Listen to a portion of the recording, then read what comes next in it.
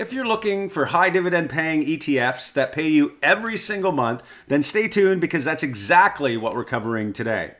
Now, clearly not everyone has 10 years to wait for dividend growth to compound. Some people need actual monthly income right now. Now, the key is finding these high yield ETF funds that won't blow up on you. Now, today I'm going to be covering the 5 best dividend paying ETFs, some that I actually own, and high yield ETFs that deliver income you can count on. But stay to the end because I'm also explaining some important tax considerations, especially if you're using these picks.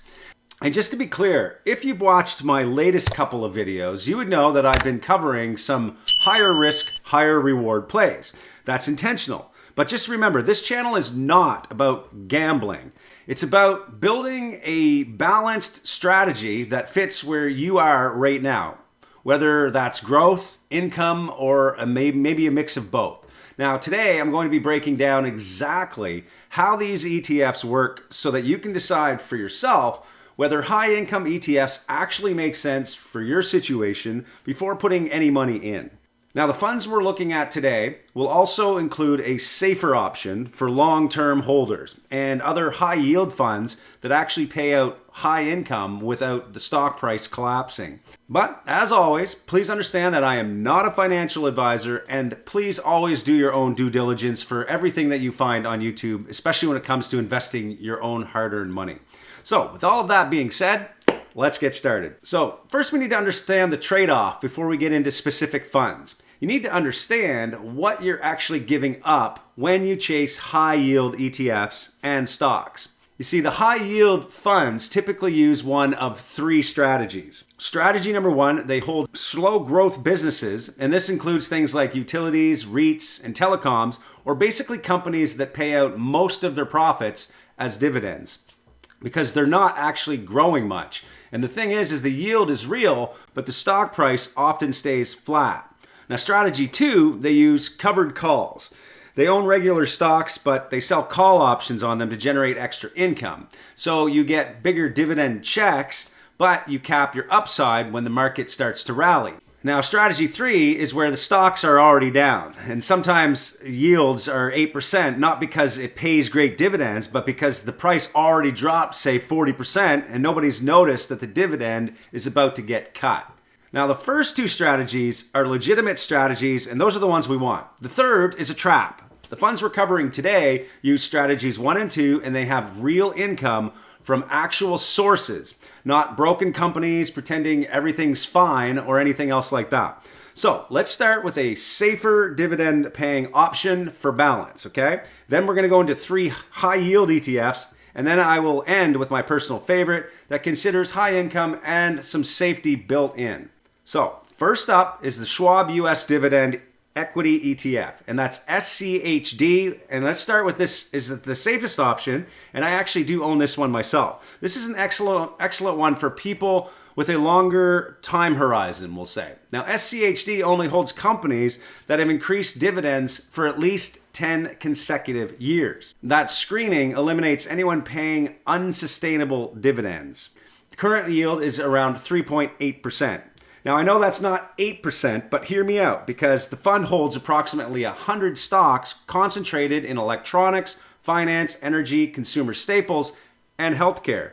Companies like Lockheed Martin, Chevron, PepsiCo, Coca-Cola, Verizon, and Merck. Now, the expense ratio is 0.06, so that's very small. Now, here's why SCHD matters even if you want high yield.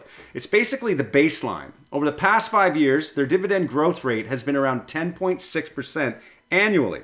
So that means the companies inside raised their dividend payments by an average of, say, 10% per year. Now, if you bought SCHD 5 years ago at a 3% yield, you're now earning close to 5% on your original investment.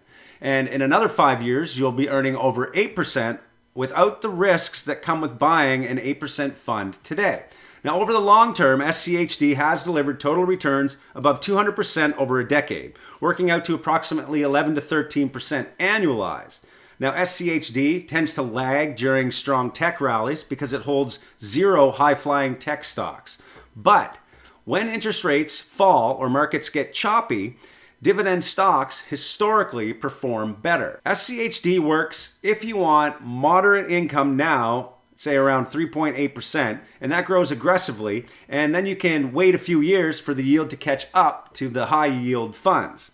Okay, so let's get into a higher yield ETF like the JP Morgan Equity Premium Income ETF, JEPI. Now, JEPI yields approximately 8%. Now, that's more than double SCHD. How do you ask? JEPI uses a covered call strategy. It holds large cap stocks like Alphabet and Johnson & Johnson and then sells call options on them. And when somebody buys those options, JEPI collects the premium and distributes it as a monthly dividend. Now, assets are currently over $40 billion and the expense ratio is 0.35%. The income is real and it's monthly, which a lot of people prefer over quarterly payments. But there are two catches. Catch number one, when you sell covered calls, you cap your upside. So during strong bull markets, tech stocks can rip higher and JEPI doesn't fully participate because those gains go to options buyers. Now, JEPI tends to significantly lag major indexes during rallies. And catch number two is that the monthly payments fluctuate. So basically, their contributions can swing significantly from month to month, sometimes varying by 50 to 6% between the lowest and the highest payments. Now, if you're budgeting on a fixed income, that variability is a problem. But here's why this ETF still makes sense. If you believe the market is overvalued or heading for choppy waters, getting 8% while waiting it out beats sitting in cash, earning maybe 4 to 5% in a savings account. Now, JEPI works for people who need high income now and are willing to give up growth potential. Retirees, conservative investors, or anyone who thinks stocks are due for a correction. Also, remember that depending on where you live or where your investment is parked, these payments could be taxed as ordinary income because they come from options, not qualified dividends. So be sure to check the rules for your tax-free accounts before you start getting into these types of ETFs. Next up is JP Morgan NASDAQ Equity Premium Income ETF, JEPQ, which is JEPI's aggressive cousin. It uses the same covered call strategy, but applied to NASDAQ 100 stocks instead of large cap value names. Now, the current yield is approximately 11%. Now, that's massive. To put that into perspective, on a $100,000 investment, you're collecting about $917 a month in income. The portfolio composition includes over 40% tech. So this would be companies like Nvidia, Microsoft, Apple, and Amazon.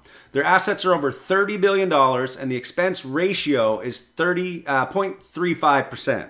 The monthly payments are even bigger than JEPI because tech stocks are more volatile, which means higher option premiums. But the risks are also bigger. JEPQ swings harder than JEPI because tech stocks move more. When tech rallies 30%, you collect your 11%, but miss most of the upside. When tech stocks crash, you still drop because the covered calls only provide limited downside protection. JEPQ works if you want tech exposure plus a high current income and you're okay with giving up most of the growth potential. It is a compromise play where you get some tech upside, lots of income, but not the full ride. Like JEPI, the dividends could be taxed as ordinary income. In a taxable account at high tax brackets, your after-tax yield could drop to say 7 or 8%. Still good, but not the 11% you see as advertised. All right, now let's talk about the iShares Core High Dividend ETF, ticker HDV. This one's all about getting solid income from big, rock-steady companies without getting too crazy on risk. It tracks an index that picks around 75 large-cap US stocks with higher than average dividends, but it doesn't just chase yield. It screens hard for quality, strong balance sheets, low debt, and consistent payout history. There are no dividend traps in these ones. These are companies that can actually keep paying year after year. Right now, you're looking at a trailing yield in the 3.1 to 3.2 range, which is higher than the broad market, and it gives you more immediate cash flow than something like, say, SCHD's growth-focused approach. Dividend growth is more moderate here, think 4 to 7 annually lately, so you get a bigger payout today instead of waiting for compounding to supercharge it over a decade. Now, what I like about this one is it's super defensive. It's heavy in healthcare, consumer staples, energy giants, and some financials. Now, top names often include ExxonMobil, Chevron, Verizon, and PepsiCo. These are reliable blue chips that hold up when markets get choppy. And the top 10 holdings make up about half of the fund. So it's concentrated, but in the good way. Quality over quantity. So with this one, there are no massive sector bets, no fancy covered calls capping your upside, and those dividends are qualified. The expense ratio is just 0.08%. So for shorter time horizons or retirees, near retirees, or anyone who wants real income now with a safety net, this might be perfect. So if you're blending it with SCHD, you get that quality income punch without sacrificing too much stability. Now drop a like if HDV is on your watch list. All right, last up, SPDR, Portfolio S&P 500, High Dividend ETF, SPYD. SPYD has no covered calls, just straight up high dividend stocks. The fund holds the 80 highest yielding companies in the S&P 500, equally weighted. So current yield typically ranges from 4 to 5%. Currently, the sector concentration is in the real estate, utilities, and financials sectors. Now these sectors are where companies traditionally pay high dividends. REITs that pass through rental income, utilities with regulated cash flow, and banks distributing profits. The equal weighting is also important, so instead of letting the biggest companies dominate like most ETFs, SPYD gives every holding the same allocation, and that means smaller high yielders get the same impact as the larger ones. Now the trade-off is that these sectors get crushed when interest rates rise. So if you think interest rates are going to fall, it might be a good time to consider this ETF. SPYD works for investors who want straightforward high yield from actual dividend paying stocks without options strategies. The income is qualified dividends, which is a huge advantage for anyone using a taxable account. The risk is sector concentration. If real estate or utilities have a bad year, SPYD gets hit. But if you believe rates are coming down and these sectors will recover, the yield plus potential price appreciation could deliver some strong total returns. Now look, I just threw out a lot of numbers, and let me cut through all of it right now.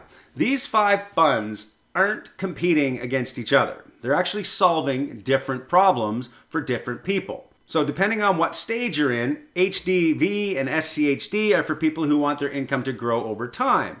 SPYD is for people betting rates come down and want exposure to sectors that benefit. And JEPI and JEPQ are for people who need cash now and they understand that they're trading future growth for present income.